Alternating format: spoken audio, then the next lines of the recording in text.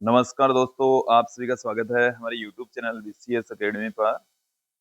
और आज की इस वीडियो में हम कक्षा 11 भौतिक विज्ञान महत्वपूर्ण प्रश्नोत्तर की सीरीज में 8वां पार्ट लेकर आए हैं। इसमें हम 8वें चैप्टर ठोसों के यांत्रिक गुण से संबंधित महत्वपूर्ण क्वेश्चन आंसर यहाँ पर देखने वाले हैं, समझने वाले हैं। इससे पहले हमने पहले चैप्टर से 7वें चैप्टर तक के इम्पोर्टेंट क्वेश्चंस देख लिए थे। आज हम 8वें चैप्टर ठोसों की यांत्रिक गुण से संबंधित इम्पोर्टेंट क्वेश्चंस यहाँ पर देखने वाले हैं। इसमें हम देखेंगे ऑब्जेक्टिव टाइप के क्वेश्चंस, साथ में फिल इन द ब्लैंक्स वाले क्वेश्चंस भी यहाँ पर हम देखेंगे। उसके पश्चात हम very short answer type question देखेंगे, शॉर्ट आंसर टाइप के क्वेश्चंस भी यहाँ पर देखेंगे, न्यूमेरिकल क्वेश्चन यहाँ पर देखने वाले हैं। साथ में हम निबंधात्मक प्रश्न भी यहाँ पर देखेंगे। तो इस चैप्टर से संबंधित जो क्वेश्चन जिस प्रकार से बन सकते हैं, आपकी हाफ ईयरली और एनुअल एग्जाम में पूछे जा सकते हैं, उसके अकॉर्डिंग हमने तैयार किए हैं। विद्यार्थियों, यदि आप हमारे YouTube चैनल पर नए हैं तो चैनल को सब्सक्राइब कर लीजिए, साथ में बेल आइकन भी दबा दीजिए ताकि आपको आगे की वीडियोज की नोटिफिकेशन मिलती रहे। अब मैं इस वीडियो को स्टार्ट करता हूँ। सबसे पहले हम बात करेंगे वस्तुनिष्ठ प्रश्नों की। कुछ ऑब्जेक्टिव टाइप के प्रश्न यहाँ पर हम देखेंगे। तो देखिए, पहला जो हमारा प्रश्न है वो है अंतर आणविक बल होता है। तो अंतर आणविक बल की प्रास से संबंधित ये प्रश्न है कि अनंत प्रास का होता है, बहुत अधिक प्रास का होता है, बहुत कम प्रास का, या कभी अधिक कभी कम प्रास का। तो यहाँ पर आप ध्यान देंगे कि जो अंतराण्विक बल है वो बहुत ही कम प्रास का बल होता है। ऑप्शन सी यहाँ पर सही होने वाला है। चलिए यहाँ पर मैं आपको बता देता हूँ कि अंतर आणविक बलों की जो प्रास है वो कितनी होती है। तो देखिए, अंतर आणविक बलों की जो प्रास है वो काफी कम होती है और वो 10 की घात -9 मीटर की रेंज में होती है। तो 10 की घात -9 मीटर की कोटि की होती है। बात करें अंतर परमाणविक बलों की, तो अंतर परमाणविक जो बल हैं उनकी प्रास अंतर आणविक बलों से भी कम होती है, 10 की घात -10 मीटर की होगी। तो यहां से 10 की घात -10 मीटर होगी, तो यहाँ पर ऑप्शन सी सही हो जाएगा। क्लियर। नेक्स्ट क्वेश्चन की ओर बढ़ते हैं।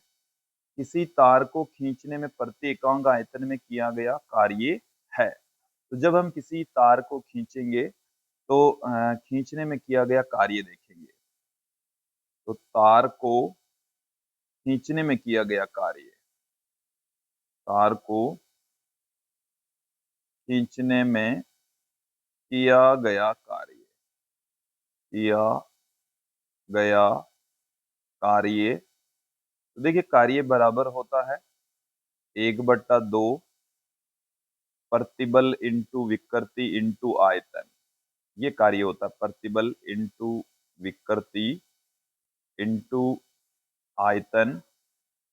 हमें यहाँ पर इस क्वेश्चन के अंदर देखिए क्या पूछा है, प्रति एकांक आयतन में किया गया कार्य। तो कार्य के अंदर हम आयतन का भाग लगा देंगे, तो ये आ गया हमारे पास में प्रति एकांक आयतन में किया गया कार्य। तो ये आ जाएगा 1/2 प्रतिबल इंटू विकृति, 1/2 प्रतिबल इंटू विकृति हमें प्राप्त हो जाएगा। तो यहाँ पर आप ऑप्शन देखेंगे, ऑप्शन बी यहाँ सही होने वाला है। नेक्स्ट क्वेश्चन की ओर बढ़ते हैं कि जब बल लगाने से लंबाई में वृद्धि होती है तो विकृति कहलाती है। तो उस विकृति को विद्यार्थियों हम अनुदैर्ध्य विकृति कहते हैं। देखिए, अनुदैर्ध्य विकृति किसे कहते हैं कि जब हम किसी तार पर बल लगाएं तो उसकी लंबाई में वृद्धि हो, तो उस विकृति को हम अनुदैर्ध्य विकृति कहते हैं। अनुदैर्ध्य विकृति होती है लंबाई में परिवर्तन, कि आपके पास में कोई तारनुमा संरचना है तो लंबाई में परिवर्तन तब प्रारंभिक लंबाई का जो अनुपात है उसको हम अनुदैर्ध्य विकृति कहते हैं। प्रारंभिक लंबाई, इनका जो रेशियो है उसको हम अनुदैर्ध्य विकृति कहते हैं। ऑप्शन ए यहाँ पर सही हो जाएगा। अगले क्वेश्चन की ओर बढ़ते हैं। प्रत्यास्थता गुणांक की विमा तुल्य होती, इनमें से किसके तुल्य होती है? तो यहाँ पर आप ध्यान देंगे कि बल की जो विमा होती है वो होती है m1 L1 T-2। फिर बात में करूं कार्य की, तो कार्य की विमा होती है m1 L2 T-2। बात करें दाब की, तो दाब की विमा होती है m1 L-1 T-2। और शक्ति की विमा होती है m1 L2 T-3। अब मैं बात करता हूं प्रत्यास्थता जो गुणांक है इसकी विमा क्या होती है। तो देखिए प्रत्यास्थता गुणांक होता है प्रतिबल बट्टे में विकृति। प्रत्यास्थता गुणांक, और प्रत्यास्थता गुणांक को हम ई से लिखते हैं, और ये होता है प्रतिबल बट्टे में विकृति। प्रतिबल बट्टे में विकृति।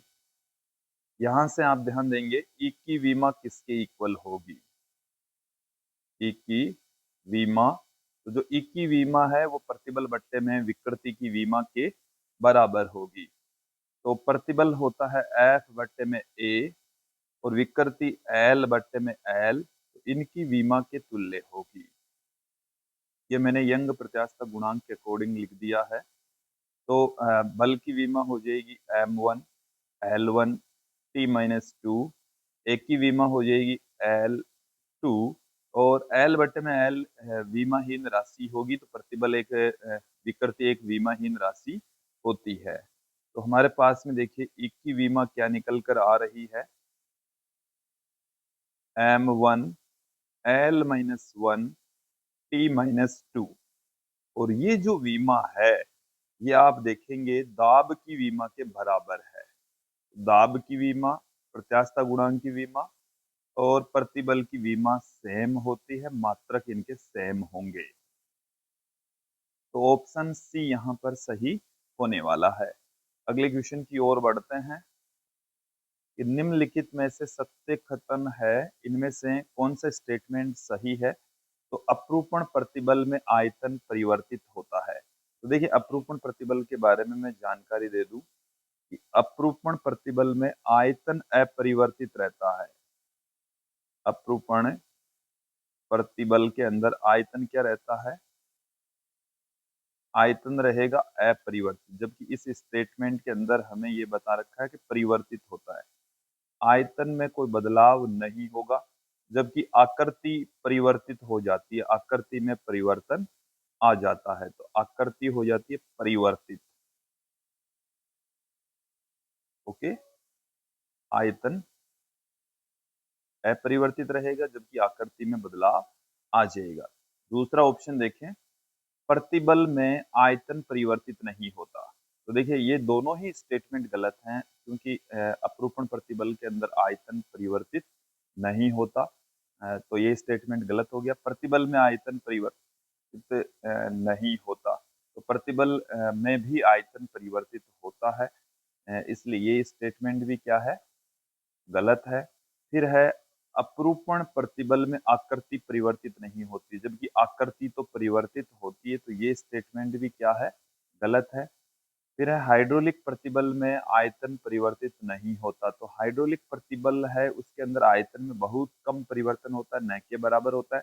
लेकिन यदि हम बात करें एकदम यथार्थता की, तो उसमें भी परिवर्तन होगा, तो ये स्टेटमेंट भी गलत है। प्रतिबल में आकृति में परिवर्तन होता है, ये एकदम सही स्टेटमेंट है। तो ऑप्शन ई यहाँ पर सही हो जाएगा। अगले क्वेश्चन की ओर बढ़ते हैं। y equal to M G L upon में कैपिटल एल, इस फॉर्मूले को एक बार सही कर लेते हैं। पुनः देखें कि y equal to M G capital L बट्टे में pi R square small L समीकरण में भार mg को दुगुना कर देने पर y के मान में क्या परिवर्तन होगा। तो देखिए y जिसे हम यंग प्रत्यास्थता गुणांक कहते हैं, ये होता है प्रतिबल बट्टे में विकृति, अनुदैर्ध्य प्रतिबल बट्टे में अनुदैर्ध्य विकृति। तो यहां से प्रतिबल को हम F बट्टे में A और विकृति को लंबाई में परिवर्तन बट्टे में प्रारंभिक लंबाई से हम पुट कर दें, जिससे हम F बट्टे में A, L बट्टे में कैपिटल L से हम पुट कर सकते हैं। यहाँ पर हमारे पास में F बराबर है mg और जो तार है उसका अनुप्रस्थ काट क्षेत्रफल है पाई r स्क्वेयर। देन हमारे पास में देखिए क्या मिल जाएगा, mg l बट्टे में पाई r स्क्वेयर इंटू l, ये हमें प्राप्त हो जाएगा।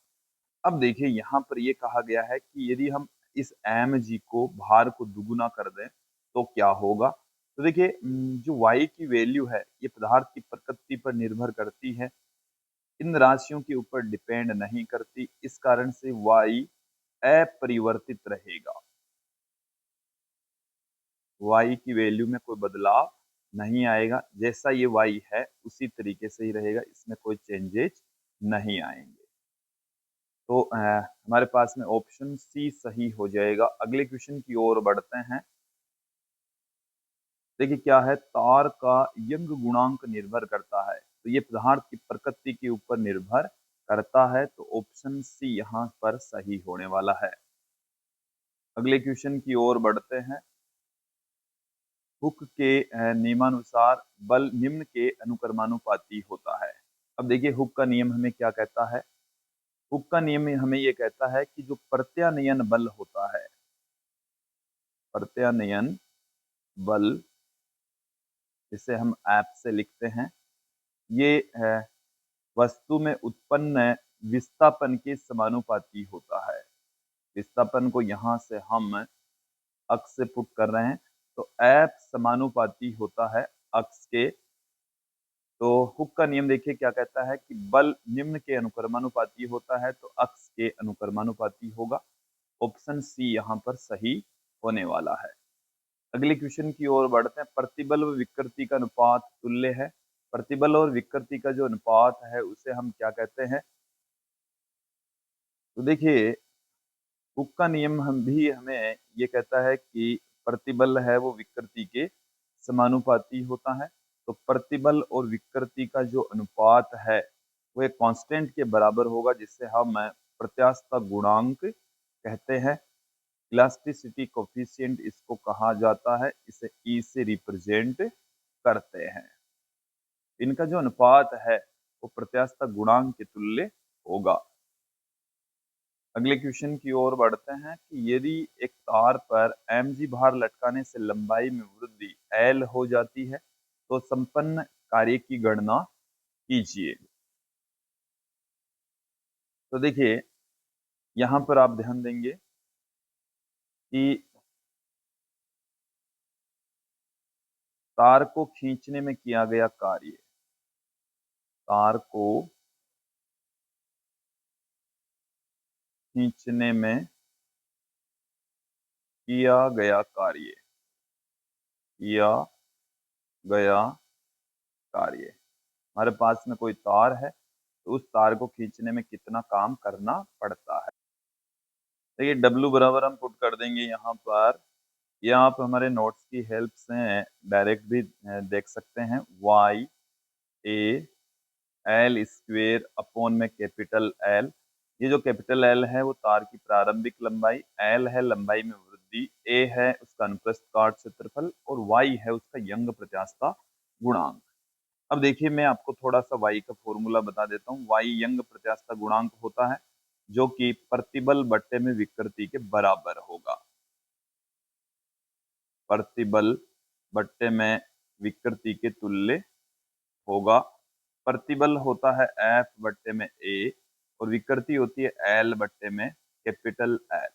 ओके, तो यहां से y इक्वल टू हम पुट कर देंगे F बट्टे में A एल यहाँ पर ऊपर चला गया, स्मॉल एल यहाँ पर बट्टे में रह गया।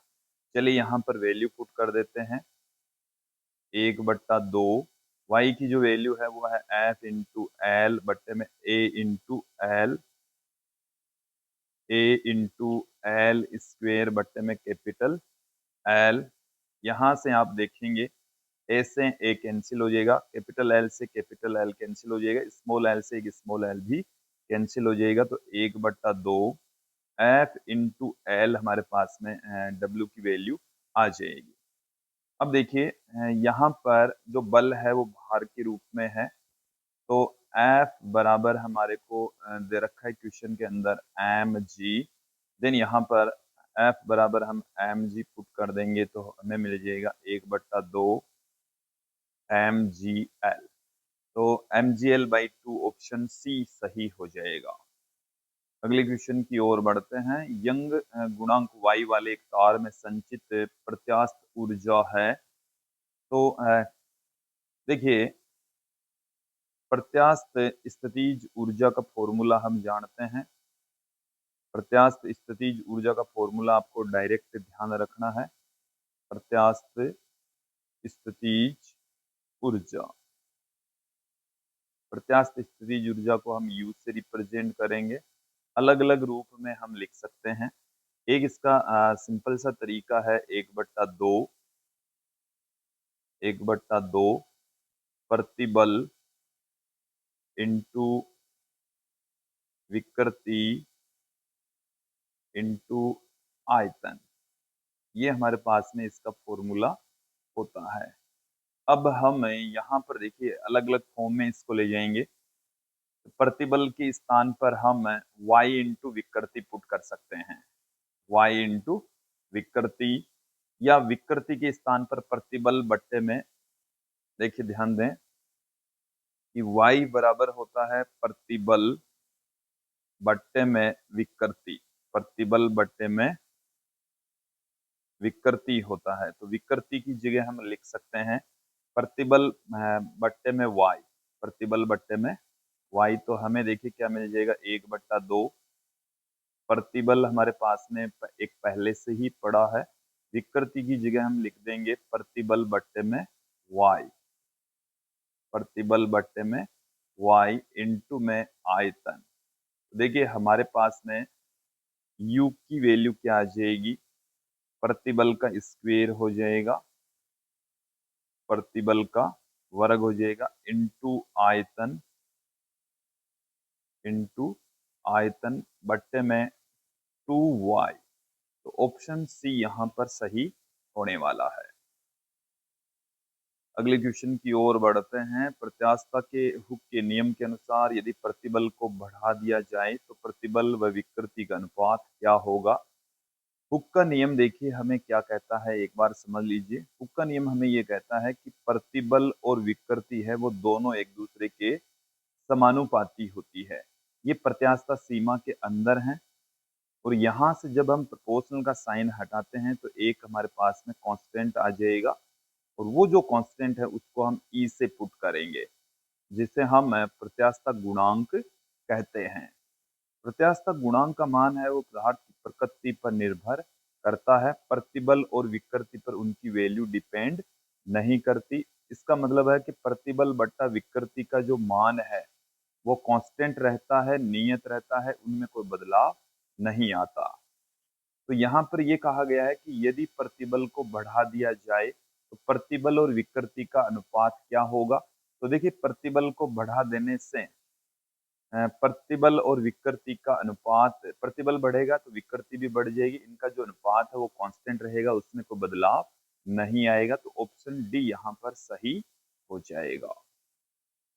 अगले क्वेश्चन की ओर बढ़ते हैं। कैपिटल एल लंबाई का ए अनुप्रस्थ परिच्छेद वाली एक छड़ धातु की छड़ को, मतलब यहाँ पर ये 2 बार आ गया है, धातु की एक छड़ को दृढ़ आधारों के बीच कस दिया जाता है तो इसके पदार्थ का यंग प्रत्यास्थता गुणांक y है, का रेखीय प्रसार गुणांक अल्फा है। यदि छड़ का ताप डेल्टा टी डिग्री सेंटीग्रेड बढ़ा दे तो आधारों पर छड़ द्वारा आरोपित बल क्या होगा।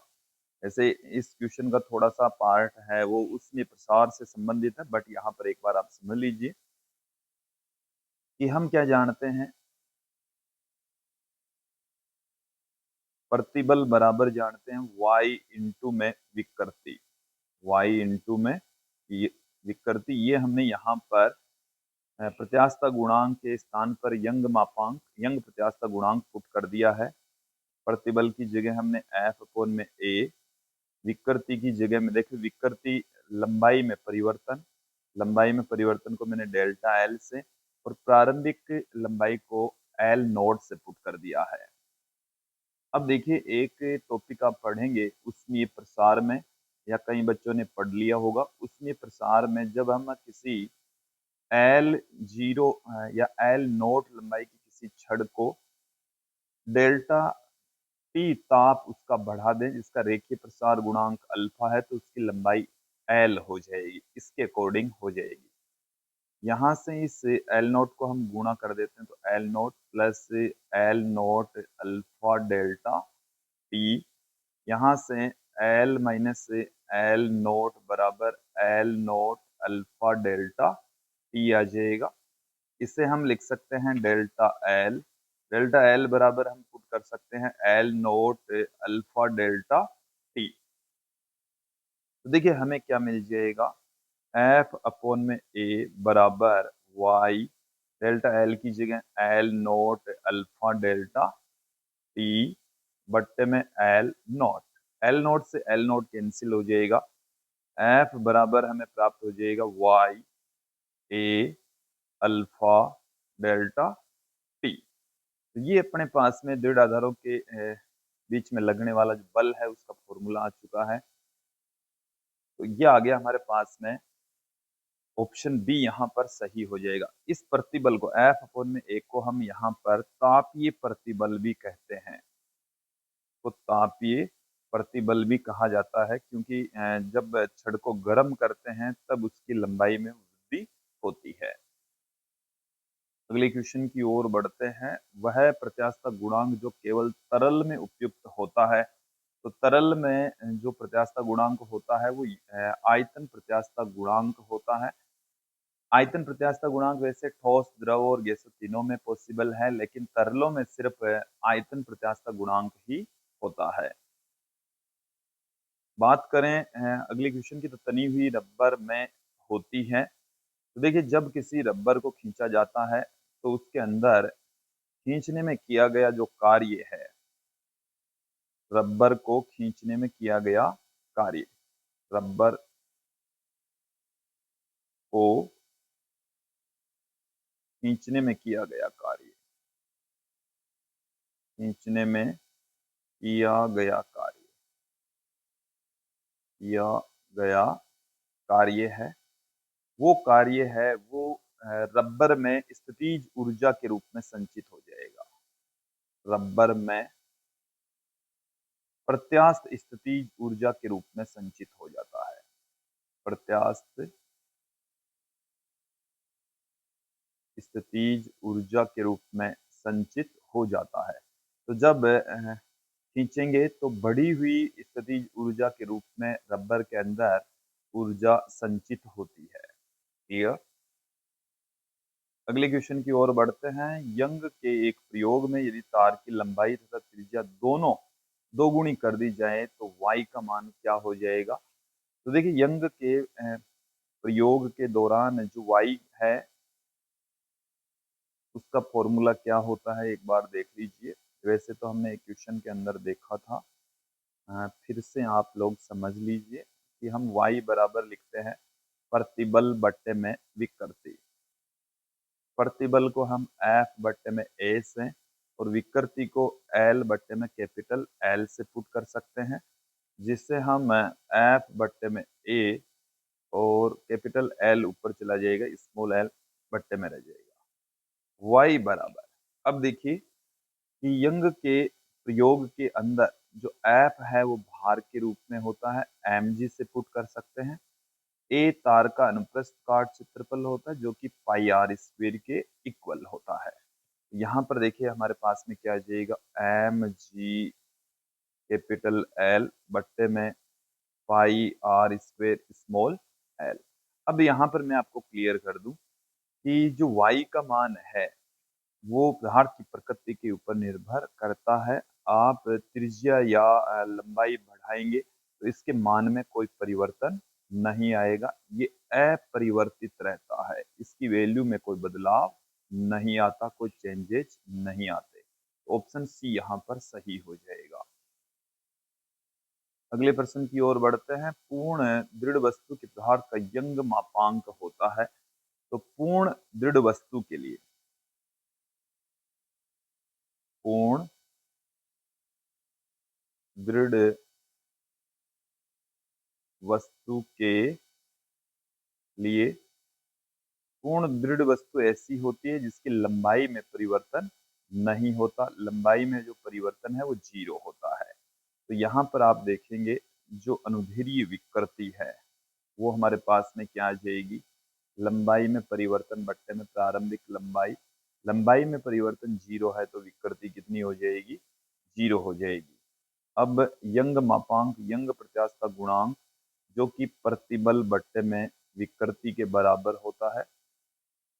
विकृति की वैल्यू हमारे पास में यहाँ पर 0 है, तो देखिए कितना आ जाएगा, प्रतिबल के अंदर 0 का भाग लगाएंगे तो हमें y का जो मान है वो अनंत मिल जाएगा, अनंत प्राप्त हो जाएगा। तो यहाँ पर ऑप्शन बी आप देखिए सही होने वाला है। अगले प्रश्न की ओर बढ़ते हैं। किसी गैस के समतापीय प्रत्यास्थता गुणांक ई थीटा तथा रुदोष्म प्रत्यास्थता गुणांक ई फाई में संबंध है जहां गामा सीपी और सीवी के बीच का रेशियो है। तो देखिए गामा जिसे हम रुदोष्म निष्पत्ति कहते हैं ये सीपी अपॉन सीवी के बराबर होता है। रुदोष्म अनुपात या इसको हम कहते हैं रुदोष्म निष्पत्ति। देखिए ये है सीपी, सीपी है स्थिर दाब पर मोलर विशिष्ट उष्मा, सीवी है स्थिर आयतन पर मोलर विशिष्ट उष्मा। एक रिलेशन होता है इनके बीच में, ई थीटा और ई फाई के बीच में। रुदोष्म प्रत्यास्थता गुणांक ई फाई और समतापीय प्रत्यास्थता गुणांक ई थीटा बराबर होता है गामा। यहाँ से हमारे पास में ई फाई बराबर आ जाएगा गामा इंटू ई थीटा। ये आपके थर्मोडायनेमिक्स वाले चैप्टर में और मिल जाएगा। ऑप्शन बी यहाँ पर सही होने वाला है। अगले क्वेश्चन की ओर बढ़ते हैं। किसी असंपीड्य द्रव के लिए आयतन मापांक का मान होता है। असंपीड्य द्रव है तो असंपीड्य द्रव के लिए,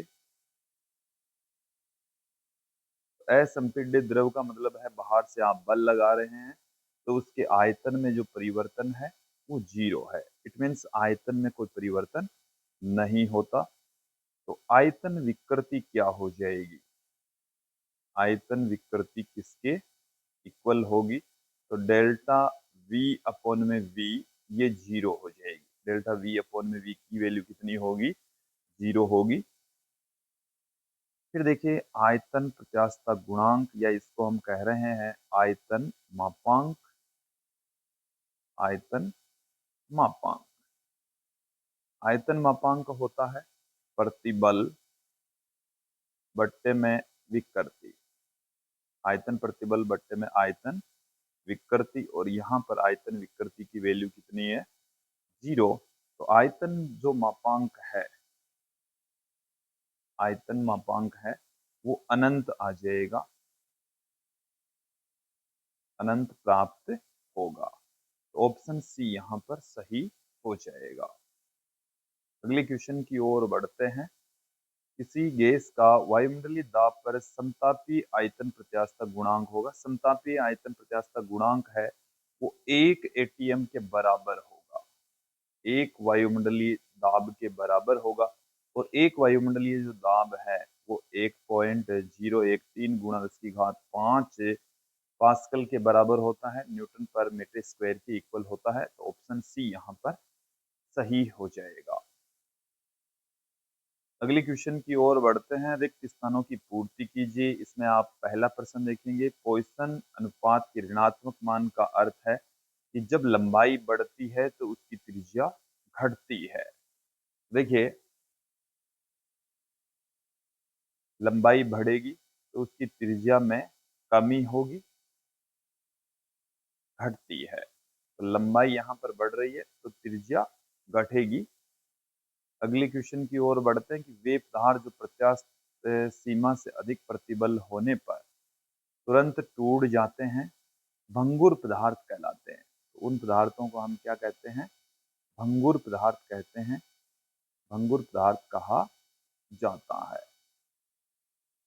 अगले क्वेश्चन की ओर बढ़ते हैं। पॉइसन अनुपात का सैद्धांतिक मान से के बीच होता है। तो देखिए, पॉइसन अनुपात का जो मान है वो -1 से 0.5 के बीच में होता है, जबकि इसका व्यवहारिक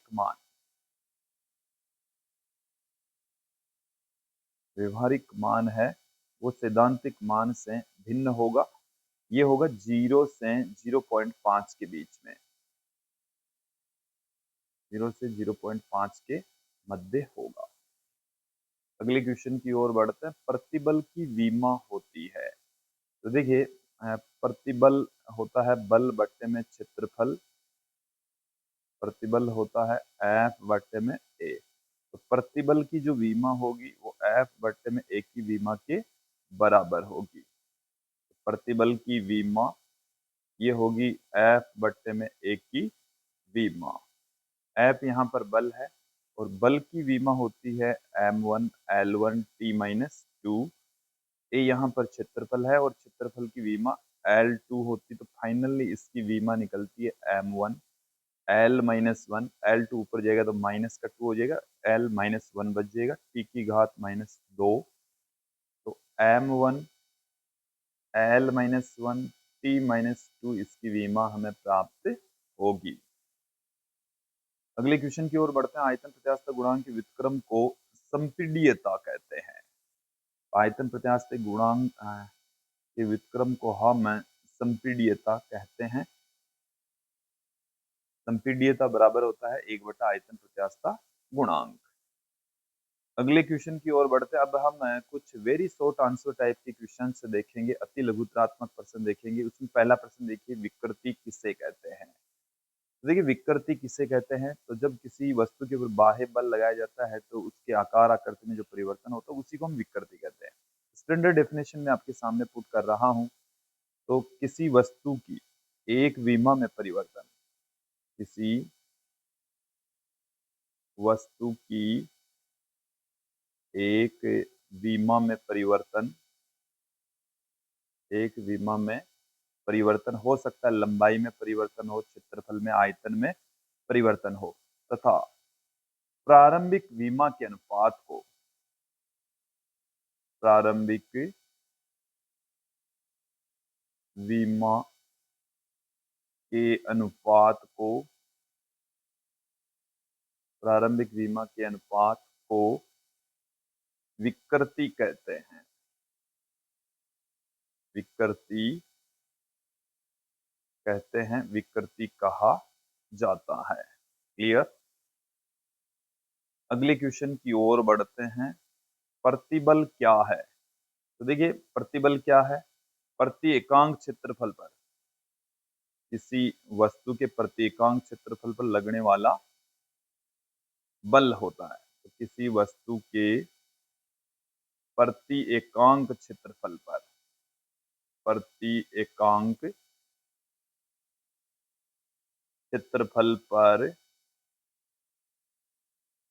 लगने वाला बल, लगने वाला बल प्रतिबल कहलाता है। प्रतिबल कहलाता है। तो देखिए, हम प्रतिबल को बल बट्टे में क्षेत्रफल के रूप में व्यक्त कर सकते हैं। प्रतिबल बराबर हो जाएगा F अपॉन में A। प्रत्यास्थता के लिए हुक का नियम लिखिए। तो देखिए, हुक का नियम क्या कहता है हमें? हुक का नियम है वो प्रत्यास्थ सीमा में ही लागू होगा। पहला काम तो यही है, प्रत्यास्थ सीमा में, प्रत्यास्थता सीमा में किसी वस्तु पर आरोपित प्रतिबल, किसी वस्तु के ऊपर आरोपित प्रतिबल है वो उस वस्तु में उत्पन्न विकृति के समानुपाती होता है, और यही हमारा हुक का नियम भी है। अगले क्वेश्चन की ओर बढ़ते हैं। पॉइसन अनुपात क्या होता है? पॉइसन अनुपात हम किसे कहेंगे? देखिए, पॉइसन अनुपात को हम सिग्मा से रिप्रेजेंट करते हैं, और ये दो विकृतियों के अनुपात के बराबर होता है। पॉइसन अनुपात को हम सिग्मा से रिप्रेजेंट करते हैं। पार्श्विक विकृति, पार्श्विक विकृति और अनुदैर्ध्य विकृति का अनुपात, पार्श्विक विकृति और अनुदैर्ध्य विकृति के अनुपात को हम पॉइसन अनुपात कहते हैं। अब देखिए, पार्श्विक विकृति क्या होती है? तो जब हम किसी तार को खींचते हैं तो उसकी लंबाई में वृद्धि होती है और त्रिज्या में कमी होगी। तो त्रिज्या में जो सापेक्ष परिवर्तन है, तो त्रिज्या में जब कमी होती है तो उसकी जो विकृति होगी उसको हम पार्श्विक विकृति कहेंगे। त्रिज्या में परिवर्तन या त्रिज्या में कमी बट्टे में प्रारंभिक त्रिज्या। अनुदैर्ध्य विकृति होती है लंबाई में परिवर्तन बट्टे में प्रारंभिक लंबाई। तो ये होता है पॉइसन अनुपात, जिसको हम सिग्मा से रिप्रेजेंट करते हैं। इसे हम ऐसे भी लिख सकते हैं, डेल्टा आर अपॉन में डेल्टा एल, और यहां से कैपिटल एल बट्टे में स्मॉल आर। क्लियर? अगले क्वेश्चन की ओर बढ़ते हैं कि गर्डर की आकृति आई के रूप में बनाने का क्या कारण है? तो देखिए, इससे आप एक बार समझ लीजिए कि जैसे हमारे पास में कोई क्षैतिज छड़ है। मैं यहाँ पर ऐसे कोई छड़ ले लेता हूँ, ये हमारे पास में एक क्षैतिज सीधी छड़ है। लेकिन जब इसके ऊपर कोई भार लटकाया जाता है तो ये जो छड़ है वो इस तरीके से मुड़ जाती है। भार लटकाएंगे तो ये छड़ क्या हो जाएगी? इस तरीके से डिक्रीज हो जाएगी, इस तरीके से मुड़ जाएगी। तो ये इस स्थिति के अंदर होनी चाहिए थी, लेकिन ये थोड़ी सी नीचे झुक जाती है। जितनी ये नीचे झुकती है, जितनी यहां से ये नीचे झुकती है,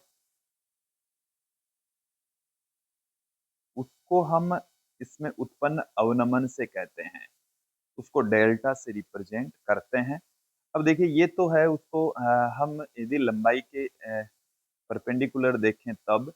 अब यदि हम इसी छड़ को, इसी छड़ के साइड में जाकर देखें तो इसकी जो शेप होती है वो इस तरीके की होगी, आई शेप की होगी। साइड में से देखने पर ये हमें आई शेप में नजर आएगी, इस तरीके से दिखाई पड़ेगी। चलिए एक बार मैं डायग्राम दोबारा बना लेता हूँ। यहाँ पर एक बार ध्यान देंगे, जो छड़ हमने यहाँ पर ली है इसकी लंबाई हम लेकर चल रहे हैं एल, और इसमें जो अवनमन उत्पन्न हुआ है, बैंड जो उत्पन्न हुआ है, उसको हम लिख रहे हैं डेल्टा से, क्योंकि इसमें हमने एक भार लटकाया है डब्लू। यदि इसको साइड में से देखें तो ये हमें आई शेप की नजर आएगी, जिसकी चौड़ाई है बी और ऊंचाई है डी। क्लियर? देखिए, इस छड़ में उत्पन्न अवनमन, छड़ कह सकते हैं, गर्डर कह सकते हैं, छड़ में उत्पन्न अवनमन मतलब झुकाव, बैंड। देखिए कितना बैंड उत्पन्न हो जाएगा, उसको हम एक फॉर्मूला हमारे पास में है, डब्ल्यू एल क्यूब बट्टे में 4YB/D³। यहां से आप देखेंगे जब B ज्यादा होगा तो डेल्टा उतना ही कम होगा, उतना ही कम झुकाव उत्पन्न होगा।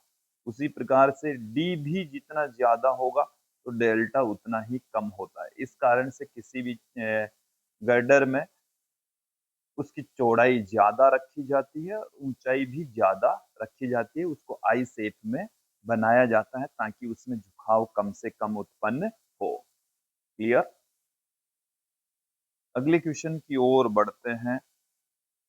अगला जो प्रश्न है हमारे पास में वो है प्रत्यास्थता किसे कहते हैं? प्रत्यास्थता की डेफिनेशन यहाँ पर हमें पूछी है कि प्रत्यास्थता किसे कहते हैं। तो देखिए, जब हम किसी वस्तु के ऊपर बाह्य बल लगाते हैं तो उसको हम कहते हैं विरूपक बल, और विरूपक बल हटा लेने के पश्चात भी वस्तु अपनी प्रारंभिक अवस्था में लौट आती है तो पदार्थ के इस गुण को हम प्रत्यास्थता कहते हैं। तो देखिए, डेफिनेशन में आपके सामने रख देता हूं।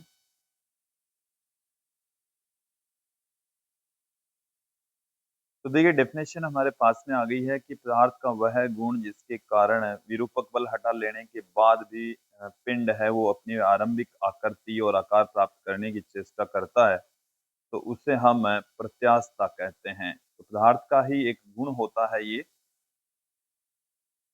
अगले क्वेश्चन की ओर बढ़ते हैं।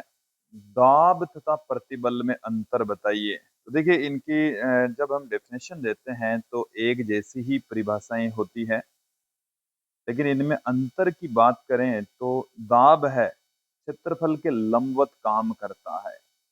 दाब कैसे काम करता है? क्षेत्रफल के लंबवत ही काम करता है, लंबवत होता है। जबकि प्रतिबल है वो क्षेत्रफल के अनुदिश भी हो सकता है। जबकि प्रतिबल प्रतिबल है वो क्षेत्रफल के लंबवत, क्षेत्रफल के लंबवत भी हो सकता है और अनुदिश भी हो सकता है। क्षेत्रफल के लंबवत या स्पर्श रेखीय होता है। स्पर्श रेखीय होता है।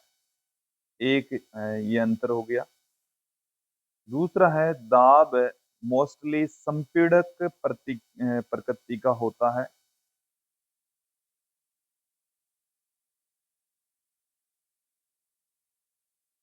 दाब संपीड़क प्रकृति का, जबकि जबकि प्रतिबल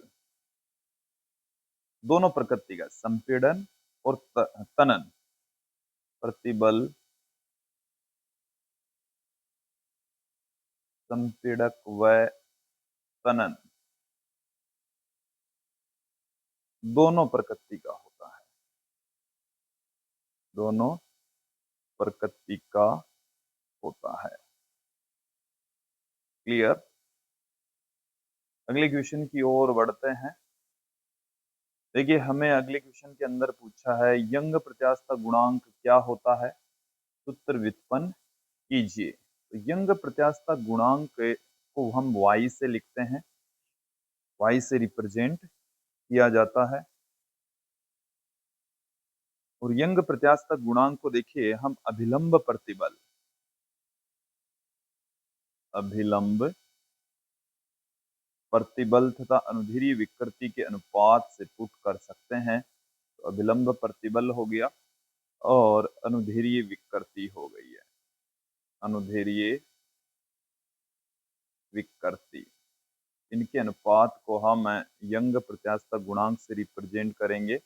अभिलंब प्रतिबल F अपॉन में A और अनुदैर्ध्य विकृति L अपॉन में कैपिटल L, जिसे हम F बट्टे में A कैपिटल L बट्टे में स्मॉल l से हम रिप्रेजेंट करेंगे।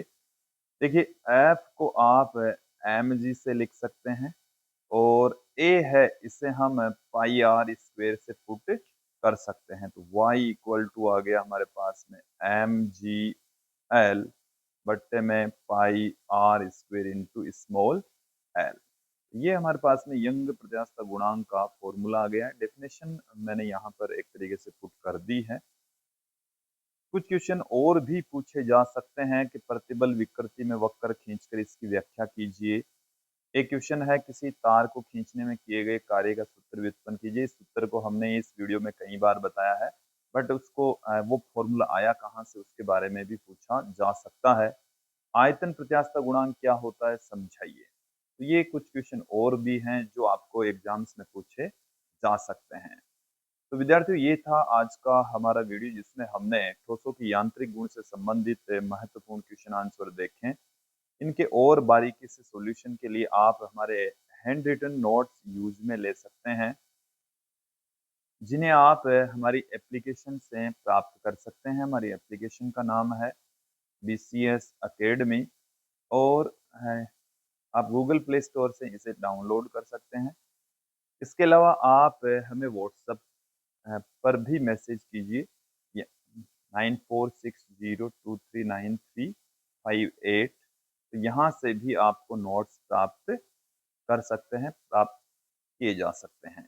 तो विद्यार्थी ये था आज का हमारा वीडियो जिसमें हमने ठोसों से यांत्रिक गुणों से संबंधित क्वेश्चन देखे। नेक्स्ट वीडियो में हम तरलों की यांत्रिक गुण से संबंधित इंपॉर्टेंट क्वेश्चन देखेंगे।